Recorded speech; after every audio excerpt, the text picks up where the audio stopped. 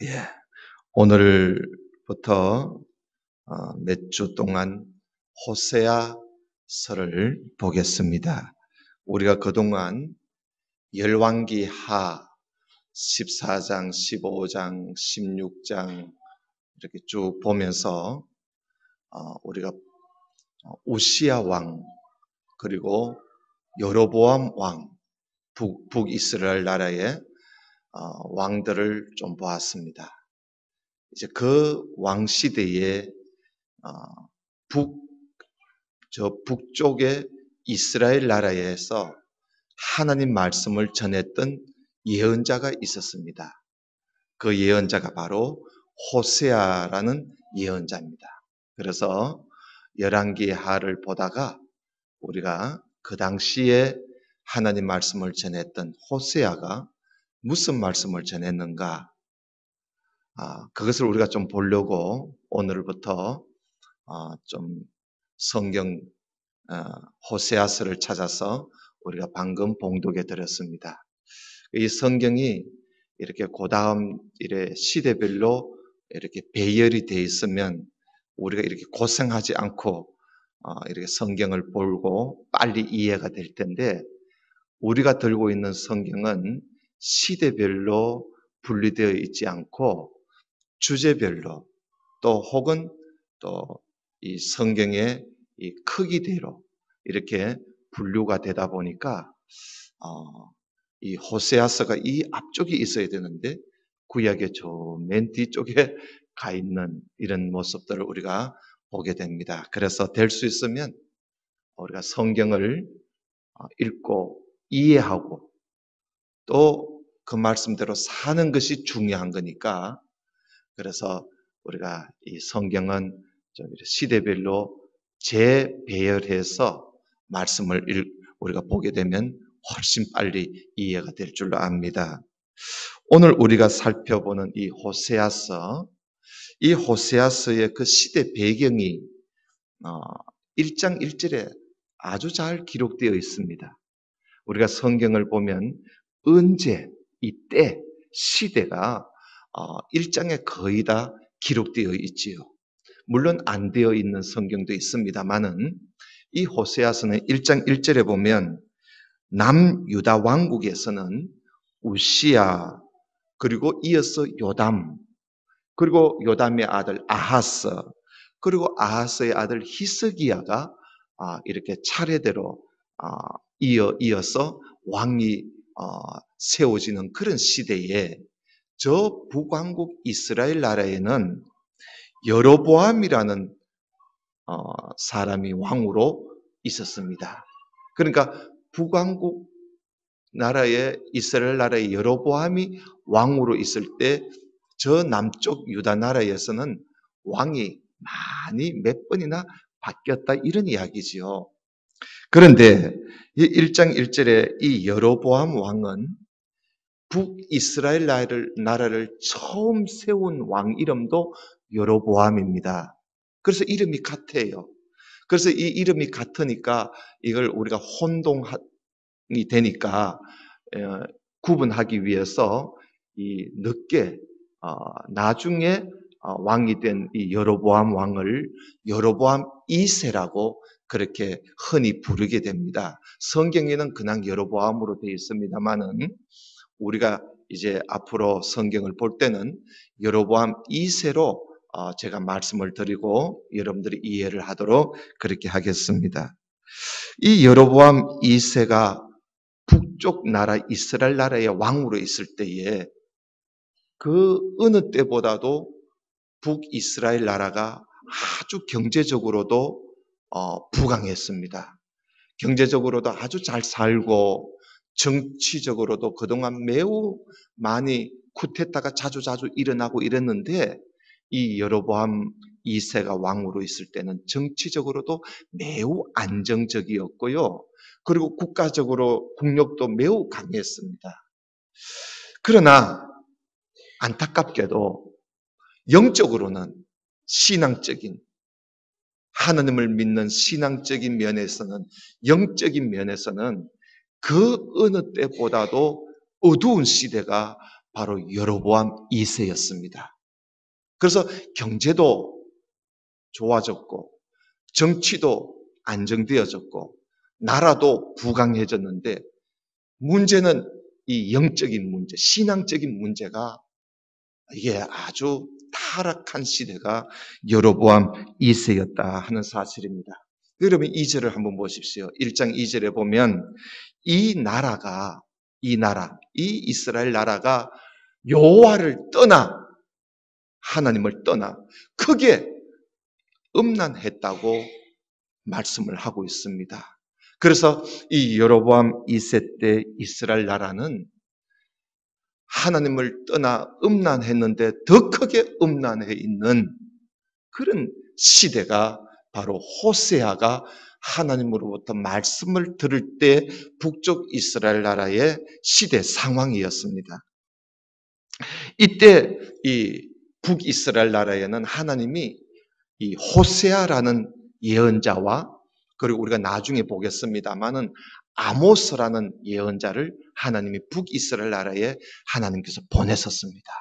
보내셔서 하나님 말씀을 전하게 하셨어요. 이 아모스는 아모스라는 사람은 저 남쪽 유다 사람이에요.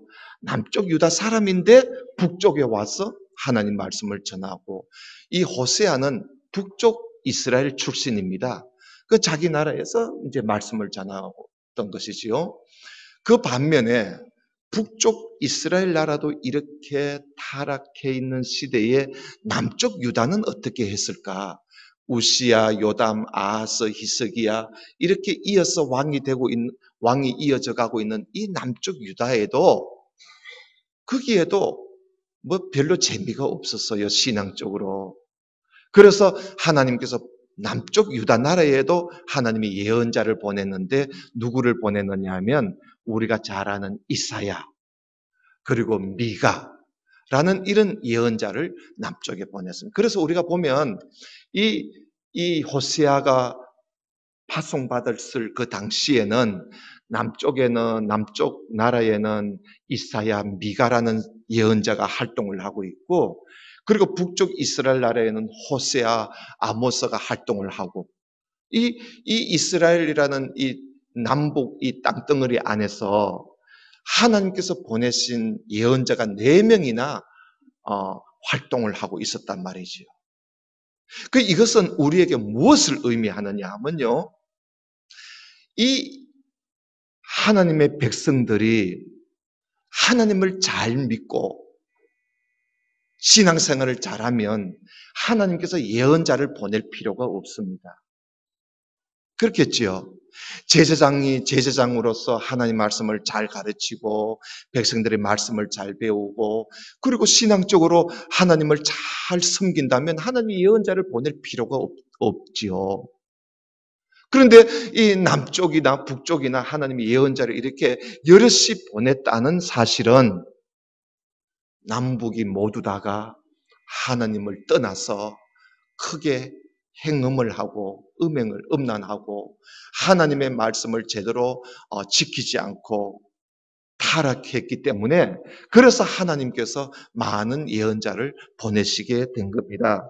그래서 우리가 이 사실을 보면서 호세아가 보내심을 받았을 때 이스라엘이라는 나라는 매우 악을 많이 행하는 그런 시대였구나 하는 걸 우리가 생각하고 그 2절에 있는 말씀 이들이 하나님 여호와를 떠나 크게 음란했다. 이것이 호세아 시대의 그 시대 상황이라는 걸 우리가 염두에 두고 오늘 말씀을 봐야 우리가 호세아가 전한 말씀을 우리가 제대로 알고요. 우리가 또 교훈을 얻을 말씀을 우리가 가지게 될 수가 있는 겁니다. 여기에 보면 1절에 보면 브에리의 아들 호세아에게 임한 여호와의 말씀이라 해서 하나님께서 호세아를 불러서 이스라엘을 하나님이 심판할 수밖에 없는 하나님의 그 심정 그리고 그들이 왜 심판을 받아야 하나 그들의 그 죄악상 이런 것들을 하나님께서 호세아를 통해서 이스라엘 백성들에게 전해주는 겁니다. 이전에 하나님께서 그 하나님을 떠나 음란한 이스라엘 백성들을 하나님이 좀 건져보려고 엘리야를 보냈었어요. 근데 엘리야를 보내도 안 되는 거예요. 오히려 더 이세벨이라는 여자가 이 북쪽 지방에 와가지고는 바알 신상을 세우고 아세라 신상을 세우고 더 우상을 더 음란하게 섬기게 되었던 것이지요. 그래서 하나님이 엘리사를 보냈어요. 엘리사를 보내도 안 되는 거예요. 그래서 하나님께서 이번에는 호세아를 하나님이 보내셔서 이 이스라엘 나라를 하나님께서 손보시겠다는 거예요. 멸망시키겠다는 겁니다. 그 이스라엘 하나님께서 내 백성, 내 딸, 내 아내라고 하는 이 이스라엘 백성을 하나님께서 그 애굽에서 건져내 가지고 하나님께서 오늘까지 이들을 참 인도해 왔는데 이 이스라엘 백성들이 타락해서 하나님께서 이들을 멸망시키려고 하실 때 그 하나님의 마음이 여러분 어떻겠어요? 얼마나 속상하겠어요? 여러분 우리가 그렇잖아요. 우리가 낳은 자식을 정말 애지중지해서 애를 낳아가지고 가르치고 교육시키고 그렇게 했더니 이놈들이 출가하고 분가해서 살면서 크게 부모에게 불효를 하고 악을 행할 때 그 부모가 이놈 자식 우리 집안에 호적에서 네 이름 빼버리겠다고 그런 생각을 가질 때는 그 부모의 심정이 어떻겠어요? 그래도 내 자식인데, 그래도 내 딸 아닙니까? 내 아들 아닙니까? 그러나 그를 버려야 될 때는 그 부모의 심정은 오늘 하나님께서 이스라엘 백성들을 멸하시겠다고 하실 때 그 하나님의 심정을 우리가 이해를 좀 해야 돼요. 그런데 이 백성들이요, 자기들이 왜 망해야 하는지 자기들의 잘못도 모르고 있는 거야. 이게 또 문제야, 이게. 자기들이 죄를 지으면서도 자기들이 무슨 죄를 짓고 있는지도 모르는 거야. 그래서 하나님이 호세아를 불러서 내가 너희들을 내버리는 내 심정이 어떻는지 알겠어? 그리고 너희들의 죄악이 얼마나 심각한지 알겠느냐? 이걸 하나님이 호세아를 통해서 이들에게 알려주시는데요. 그래서 하나님이 호세아를 불러서 대뜸 하시는 말씀이 뭐지요? 오늘 여기에 보면 너는 가서 음란한 여자를 맞이하여, 음란한 여자가 누굽니까? 창녀잖아요. 아니 거룩한 여자를 맞이하라고 하나님의 말씀을 하셔야 할 텐데 호세아가 뭘 잘못했어요? 잘못한 것도 없는데 호세아 예언자를 하나님이 불러가지고 너는 가서 음란한 여자를 맞이하여 결혼해가지고 음란한 자식을 낳으라는 거야. 세상에 하나님이요 시켜도 별 희한한 거 다 시키지요. 하나님이 호세아가 미워서 그럽니까? 아니에요. 하나님을 떠나서 음란하게 행하는 이스라엘 백성들이 하나님께서 그들을 생각하면 화가 치밀어 올라오는 거야. 이놈 자식들 말이야. 내가 그동안 얼마나 너희들을 내가 애지중지해서 키웠는데 나를 떠나더니 나를 버리다니 이게 무슨 소리냐. 나를 떠나 음란한 짓을 행한다니 이게 무슨 짓이냐. 하나님께서 가만 보니까 보다 못해서 하나님이 화가 치밀어 올라오시는 거예요. 하나님이 진노하신 거예요.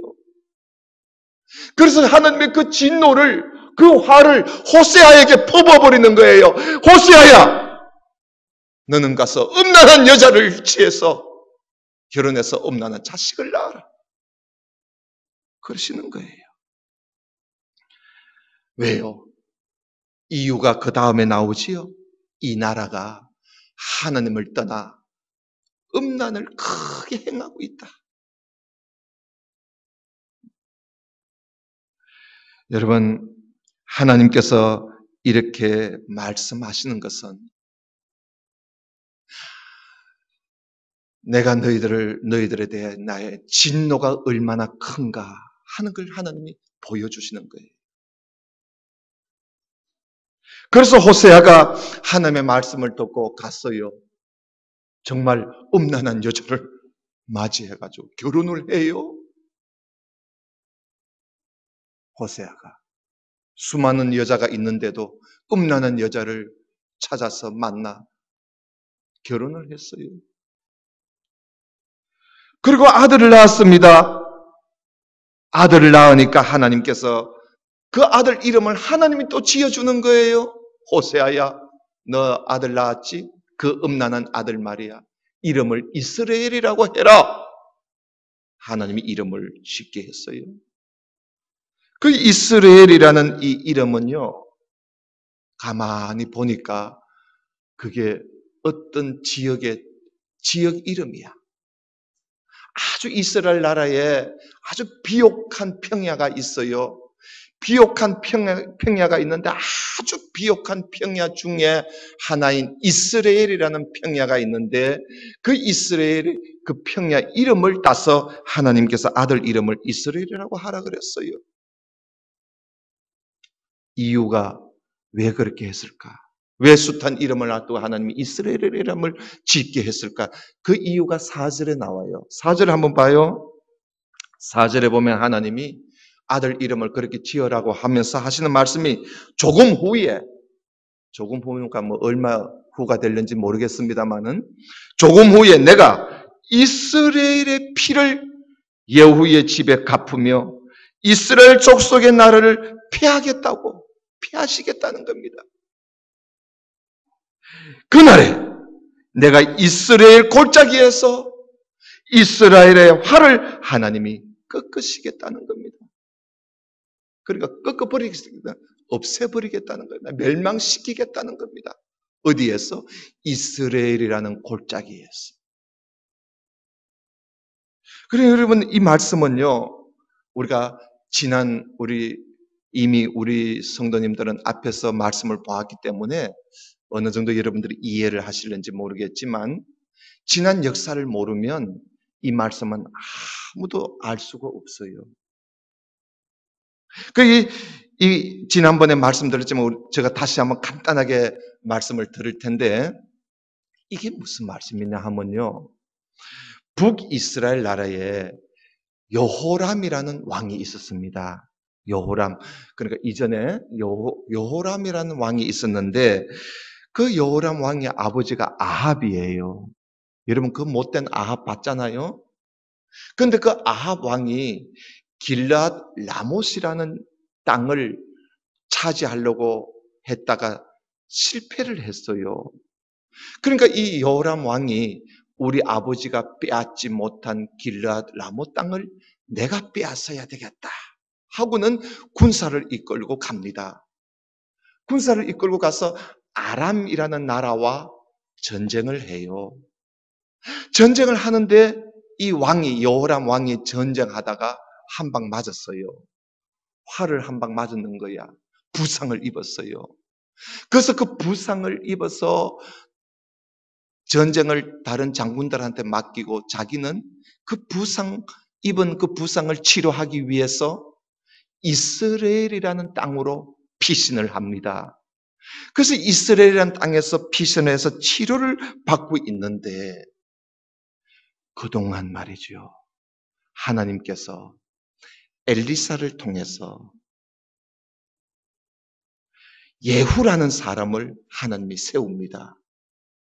예후라는 사람을 전쟁에 정말 열심히 전쟁을 하고 있는 예후라는 사람을 세워서 하나님이 예후의 손을 통해서 이 요람이라는 이 왕을 죽이고 이 요람 왕이 속해 있는 왕조가 오므리 왕조인데 이 오므리 왕조를 하나님께서 무너뜨리기 위해서 예후라는 장군을 하나님이 세워서 왕으로 삼게 했어요. 그래서 이 전쟁을 하던 이 예후가 기름 부음을 받고 마차를 타고 이스라엘의 부상 입은 이 부상을 치료받기 위해서 지금 이스라엘에 있는 요람 왕에게 달려옵니다. 달려와서 요람을 죽이지요. 요람 왕을 죽여요. 죽이고는 내던져 버리죠, 시체를.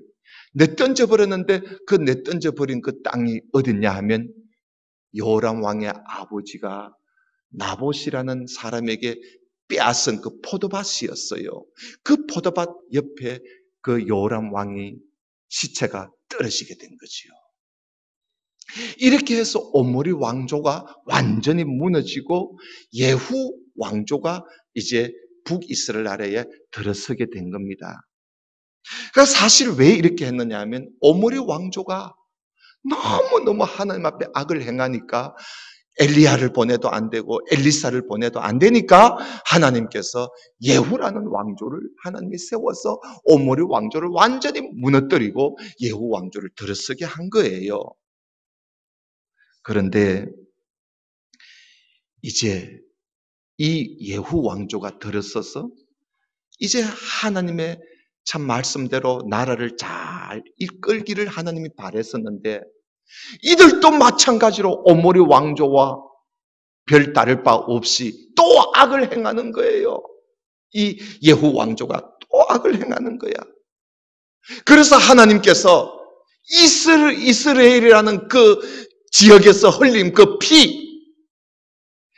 피를 내가 예후의 집에 도로 갚겠다는 거예요. 그 이야기입니다. 다시 말하면 오므리 왕조를 이스라엘에서 심판한 그 예후 왕조가 오므리 왕조보다 좀 달라져야 되는데 똑같이 죄를 짓고 하니까 하나님께서 이스라엘에서 흘린 그 피를 너희들한테 내가 도로 갚아주겠다. 그런 이야기로 그런 가운데서 하나님이 이 말씀하시는 거예요. 그래서 아들을 낳으니까 이름을 이스라엘이라고 해라. 내가 이스라엘의 피를 예후의 집에 내가 갚아 부르겠다. 똑같이 말이야 죄를 지는 이 예후의 왕조 내가 조금 후에 멸망시키겠다. 내가 너희들한테 얼마나 많은 기대를 했는지 아느냐? 요람 왕이 부상당해가 치료받고 있을 때 내가 예후를 세워서 이 이스라엘 나라를 좀 바로 세우려고 좋은 기회로 내가 너희들한테 기회를 줬는데 예후 왕조도 마찬가지로 죄를 지으니까 하나님이 실망스럽다는 거예요. 실망스럽다. 그래도 나는 예후 왕조에 기대를 좀 했는데 너희들마저 이러고 있으니 내가 실망스럽다고 하는 그런 하나님의 실망이 담겨져 있는 그런 말씀이 바로 이스라엘이라는 이름 속에 담겨져 있는 거예요. 자, 그래서 4절 보십시다. 4절 보면 조금 후에 내가 이스라엘의 피를 예후의 집에 갚으며 라는 이 말씀이 여러분 꼭 이해가 돼야 됩니다. 그리고 이스라엘 족속의 나라를 피할 것이다. 어떻게 피할 것이냐? 여러분 6절을 한번 보세요. 6절에 보면 고멜이 또 임신하여 딸을 낳으며 여호와께서 호세아에게 이르시되 그의 이름을 로후하마라 해라. 내가 다시는 이스라엘 족속을 긍휼히 여겨서 용서하지 않을 것이다. 하나님께서 이스라엘 나라를 어떻게 피하시느냐? 내가 다시는 내가 긍휼을 베풀고 용서하는 일 내가 하지 않을 것이다. 하나님이 매우 화가 나신 거예요. 또 보세요. 또 8절에 보면 고멜이 로하마를 젖된 후에 또 임신하여 아들을 낳음에 여호와께서 이르시되 그의 이름을 로암미라 해라. 너희는 내 백성이 아니요 나는 너희 하나님이 되지 아니할 것이야. 이제 너하고 나하고는 끝이야 이 말입니다. 이제 너는 내 백성이 아니야. 나도 너희 하나님이 되지 않을 거야. 그 정도로 하나님이 이스라엘 나라를 무너뜨리시겠다는 아주 무서운 말씀이 바로 이 1장에서 나오는 거예요. 그리고 이런 하나님의 심정, 이런 하나님의 진도, 이런 하나님의 마음을 호세아가 전하는데요. 음란한 여자를 맞이하여 음란한 자식을 낳아가면서 하나님의 뜻을 전하는 거예요. 그래서 호세아가 하나님의 그 심정을 전하기 위해서 호세아가 그렇게 하나님의 손에 도구로 쓰여지게 된 거지요. 왜? 엘리야를 보내도 안 되고 엘리사를 보내도 안 되고 기적을 20번이나 보여줘도 안 되니까 하나님이 이런 방법을 쓰시는 거예요. 그래서 오늘 말씀해 보면 하나님께서 이스라엘을 피하시겠다. 첫째, 어떻게? 하나님께서 이스라엘을 피하시던데 완전히 관계를 끊어버리시겠다는 거예요. 그러니까 하나님께서 매우 진노하고 계시는 것이지요. 그래서 하나님께서 호세아에게 이런 아주 무서운 그리고 엄청난 요구를 호세아에게 하신 것입니다. 자, 10절을 좀 보십시다. 10절. 그러나 이스라엘 자손의 수가 바닷가에 모래같이 되어서 헤아릴 수도 없고 셀 수도 없을 것이며 전에 그들에게 이르기를 너희는 내 백성이 아니라 한 그곳에서 그들에게 이르기를 너희는 살아계신 하나님의 아들들이라 할 것이야. 이에 유다 자손과 이스라엘 자손이 함께 모여 한 우두머리를 세우고 그 땅에서부터 올라오리니 이스라엘의 날이 클 것이야. 하나님께서요, 이들을 무너뜨리시지만은 그러나 또 나중에는 이들을 다시 회복시키시겠다. 그런 약속이지요. 왜요? 하나님의 자녀들이니까. 그러니까 여러분 앞에서는 하나님이 내가 너희들을 긍휼히 여기지도 않겠다. 용서하지도 않겠다. 내가 너희들은 이제 내 백성 아니야. 나도 너희 하나님이 되지 않을 거야. 하나님께서 화가 나가지고 막 그러신 거예요. 그래도 어쩝니까? 그래도 하나님 백성인데. 그래도 하나님이 구속해낸 백성 아닙니까? 그러니까 하나님께서 여기 와서 또 내가 너희들을 나중에 내가 다시 회복시켜 주겠다. 내가 너희들 보고 내 백성이 아니라고 한 그곳에서 내가 다시 너희들을 내 백성으로 삼을 것이고 이스라엘 나라를 다시 왕성시켜 주겠다. 하나님께서 그렇게 약속하신 거예요.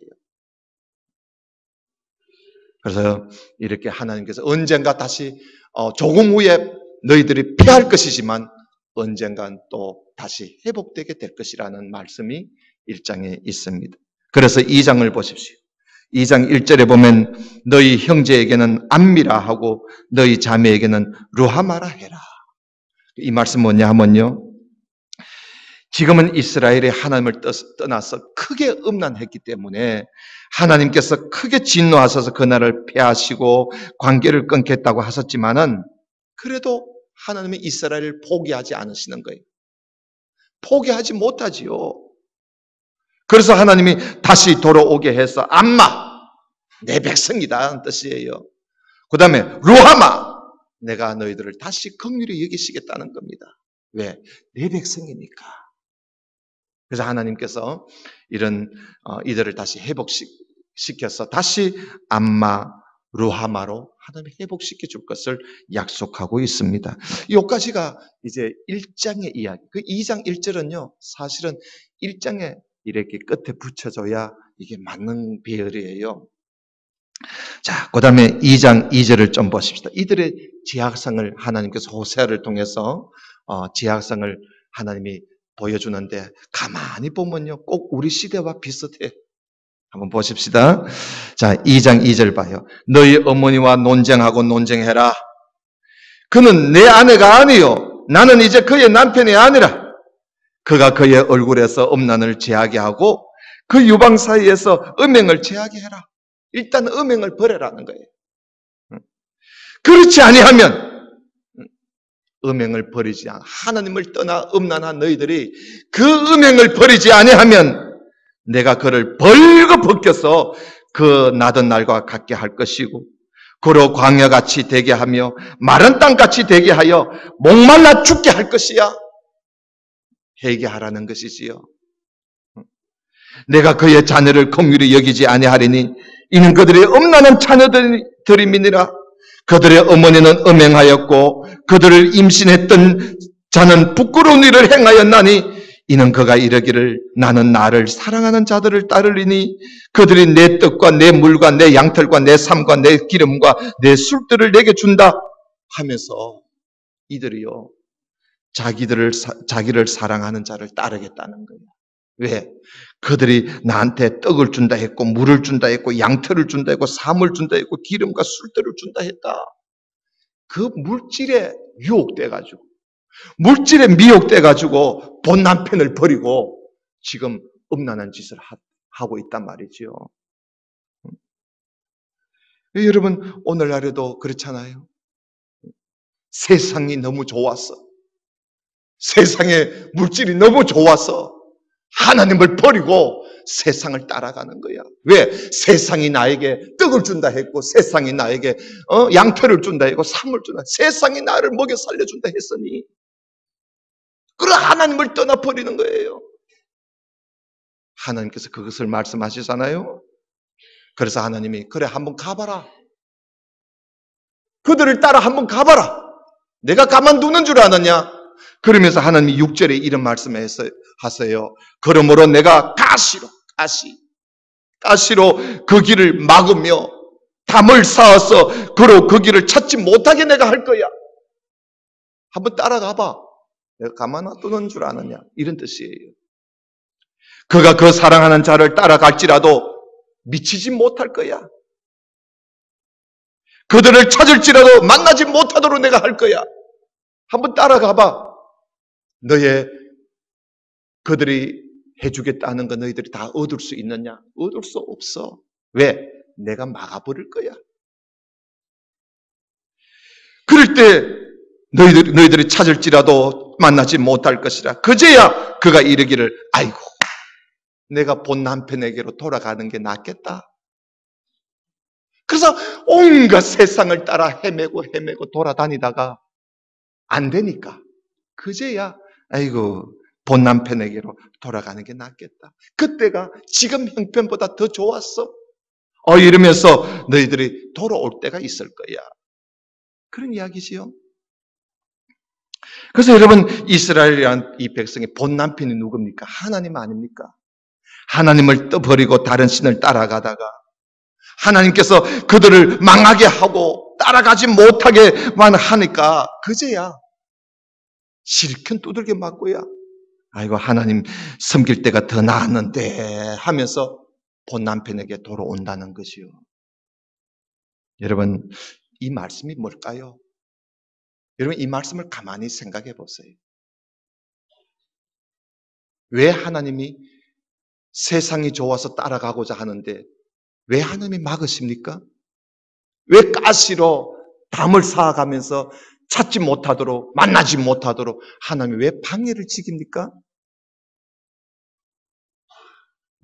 아니 이스라엘 백성들이 자기를 사랑하는 사람이 떡을 준다 하고 양털을 준다 하고 삶을 준다 하고 물을 준다 하고 해서 기름을 준다 해가지고 따라가는데 왜 하나님이 막으시단 말이지?